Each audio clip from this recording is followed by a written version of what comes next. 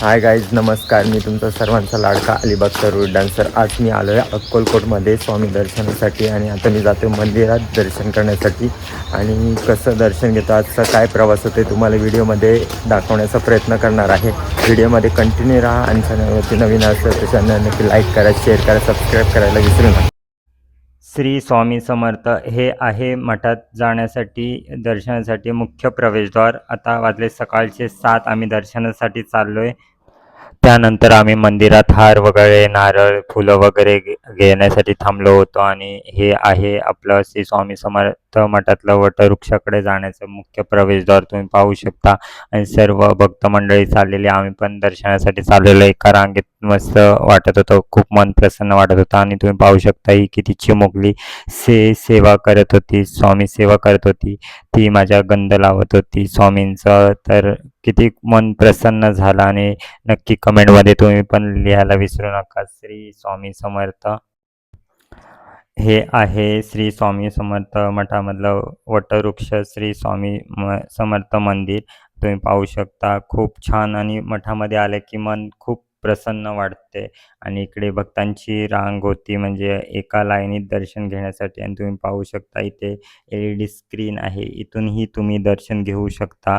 खूप मन प्रसन्न वाटतं. आणि मठात आल्यानंतर की असं एकदम शांत वातावरण वाटतं, खूप छान वाटतं मनाला. एकदम मन प्रसन्न, तृप्त होऊन जातं. आणि सगळे श्री सेवा करत असतात स्वामींची. श्री स्वामी समर्थ, जय जय स्वामी समर्थ. खूप जप चालू असतो सर्वांचा. आरती असते सकाळी 5 वाजता. आणि हे आहे वटवृक्षाच्या इथे.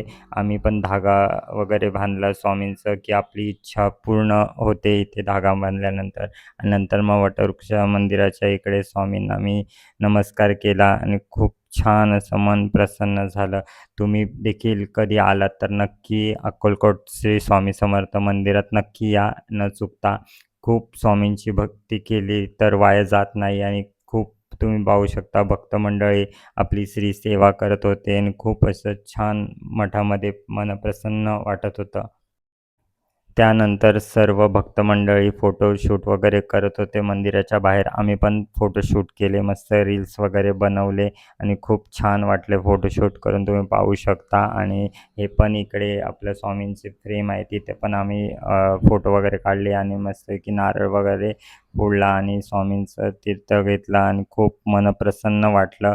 तर सर्व नारळ वगैरे फोडून झाला आणि आम्ही आलो ते म्हणजे मंदिराच्या बाहेर. आणि तुम्ही पाहू शकता किती शॉप वगैरे आहेत इकडे. खूप खूप छान छान असे व्हरायटीचे शॉप आहेत. आणि तुम्ही पाहू शकता स्वामींची मूर्ती. तुम्ही पण कमेंटमध्ये नक्की लिहा श्री स्वामी समर्थ. खूप छान वाटलं. आणि स्वामींच्या मठात एकदा तरी नक्कीच या. आणि हे तुम्ही पाहू शकता, भिवू नकोस, मी तुझ्या पाठीशी आहे. आणि खरोखरच साक्षात आपल्या स्वामी पाठीशी असतात. जर मनापासून भक्ती केली तर कधीच वाया जाऊ शकत नाही. म्हणून बोला श्री स्वामी समर्थ. आणि हे पण मूर्ती तुम्ही पाहू शकता, वेगवेगळ्या व्हरायटीच्या मूर्त्या आहेत. खूप छान वाटलं बघायला मूर्त्या वगैरे तुम्ही पाहू शकता. काही जाता आम्ही दर्शन वगैरे करून इकडे जेवणाचं वगैरे हे आहे, इकडे आलो. आणि आपण ते मूर्ती मोठी बघतो तिकडे आम्ही आता फोटोशूट वगैरे करायला चाललो आहे. व्हिडिओमध्ये कंटिन्यू कसं वाटतंय, काय वाटतंय तुम्हाला, आम्ही कसं कसं फिरतोय हे दाखवण्याचा प्रयत्न करतो. आणि कमेंटमध्ये नक्की श्री स्वामी समर्थ लिहायला विसरू नका, स्वामी भक्त असाल तर. गाईस, तुम्ही पाहू शकता इकडे किती मोठी मूर्त आहे स्वामींची. आणि सर्व भक्त मंडळी इकडे व्हिडिओ वगैरे फोटोशूट वगैरे करतात. आणि इकडेच बाजूला महाप्रसाद असतो दुपारी 12 ते 4 वाजेपर्यंत.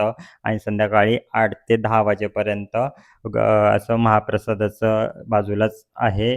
तिथे महाप्रसाद घेऊ शकता. आणि सर्वजण फोटो वगैरे काढत होते, म्हणून मी माझ्या मित्राला बोललो की आपण पण फोटो व्हिडिओ काढूया. आणि सर्व फोटो काढत होते, तर मित्राला बोललो की आपण पण फोटोशूट करूया. आणि आम्ही पण फोटो क्लिक केले, तुम्ही पाहू शकता. आणि खूप छान स्वामींच्या इकडे फोटो आलेत, तुम्ही पाहू शकता. फोटोशूट वगैरे केला आणि नंतर आम्हाला करायचं होतं नाश्ता. आम्ही आलो नाश्ता करायला. तुम्ही पाहू शकता इडली सांबार वगैरे आम्ही नाश्ता वगैरे केला. आणि हा ब्लॉग इथेच एंड करतो. नक्कीच स्वामी भक्त असाल तर नक्की कमेंटमध्ये लिहायला विसरू नका. श्री स्वामी समर्थ. आणि चॅनलवरती नवीन आला असाल तर नक्की चॅनल लाईक करा, शेअर करा, सबस्क्राईब करायला विसरू नका. भेटूया आपण नेक्स्ट ब्लॉगमध्ये. कसं वाटला, साधाच बनवला मी ब्लॉग, कारण का जास्त फुटेज वगैरे घ्यायला भेटले नाही मला, म्हणून मी साधाच ब्लॉग बनवला आहे. तर तुम्ही समजून घ्या, यापुढे चांगले चांगले ब्लॉग येतील, कारण मंदिरात काही फुटेज वगैरे काढायला जास्त परमिशन नसतो, आपण छोटंच क्लिक करू शकतो.